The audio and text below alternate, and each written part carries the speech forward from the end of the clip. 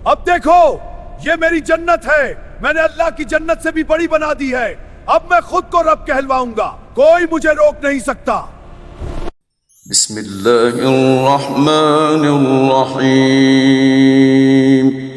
अस्सलामु अलैकुम वरहमतुल्लाहि ताला वबरकातुहू। दोस्तों, आज मैं फिर हाजिर हूँ अपने YouTube चैनल रूहानी राज के सफ़र पर। उम्मीद करता हूँ आप तमाम हजरात खैर वाफिद के साथ होंगे। आज बात करेंगे शद्दाद और उसकी जन्नत। उसने जन्नत को दुनिया में क्यों बनाया और खुदाई का दावा क्यों किया। चलिए शुरू करते हैं वाक़या हजरत हूद अलैहिस्सलाम और शद्दाद की जन्नत। दोस्तों, आज हम बताएंगे एक ऐसे बादशाह का वाक़या जिसने अल्लाह के मुकाबले में धरती पर जन्नत बनाने की कोशिश की। मैं दुनिया का सबसे ताकतवर बादशाह हूँ, मैंने सारे बादशाहों को हरा दिया है। मैं जमीन पर एक ऐसी जन्नत बनाऊंगा जो अल्लाह की जन्नत से भी ज्यादा खूबसूरत हो। शद्दाद कौम आद का बादशाह। कौम आद बहुत लंबे काठी के और ताकतवर लोग थे। अल्लाह ने उन्हें बहुत नेमतें दी थी, सेहत, ताकत और दौलत।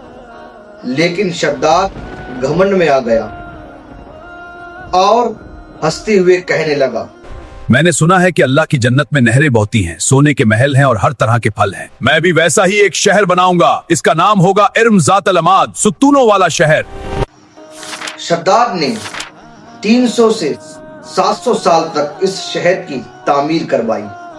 सोने, चांदी, याकूत, जमरूद से महल बनवाए, नहरों में शराब, दूध और शहद बहाया, पेड़ों पर हर तरह के मीठे फल लगवाए। इतना शानदार शहर के देखने वाले हैरान रह जाते और घमंड से कहने लगा, अब देखो ये मेरी जन्नत है, मैंने अल्लाह की जन्नत से भी बड़ी बना दी है। अब मैं खुद को रब कहलवाऊंगा, कोई मुझे रोक नहीं सकता। अल्लाह ने हजरत हूद अलैहिस्सलाम को भेजा। वे शद्दाद के दरबार में आए और नसीहत की, ऐ शद्दाद, अल्लाह से डर, ये सारी नेमतें अल्लाह ने दी हैं। घमंड मत कर, तौबा कर ले, वरना अल्लाह का अजाब आएगा। शद्दाद गुस्से में चीखते हुए, हूद, तुम झूठे हो, मैं तुम्हारे अल्लाह को नहीं मानता, मेरी जन्नत को कोई नहीं छू सकता, यहाँ से चले जाओ। शद्दाद नहीं माना। एक दिन जब उसकी जन्नत पूरी तरह तैयार हो गई और अपनी फौज, वजीरों और लश्कर के साथ उस जन्नत में दाखिल होने लगा, दरवाजे पर पहुंचा ही था कि उसने देखा एक मौत का फरिश्ता। ऐ शद्दाद, ये अल्लाह का हुक्म है। और अचानक आसमान से जोर की आवाज आई, एक भयंकर भूकंप आया, पूरा शहर, महल, बाग, नहरें सब जमीन में धंस गए। नहीं नहीं, मैंने गलती कर दी, हे अल्लाह, मैं मानता तू ही एक रब है। दाद चीखता रहा और उसके बाद रोने लगा, लेकिन अब बहुत देर हो चुकी थी।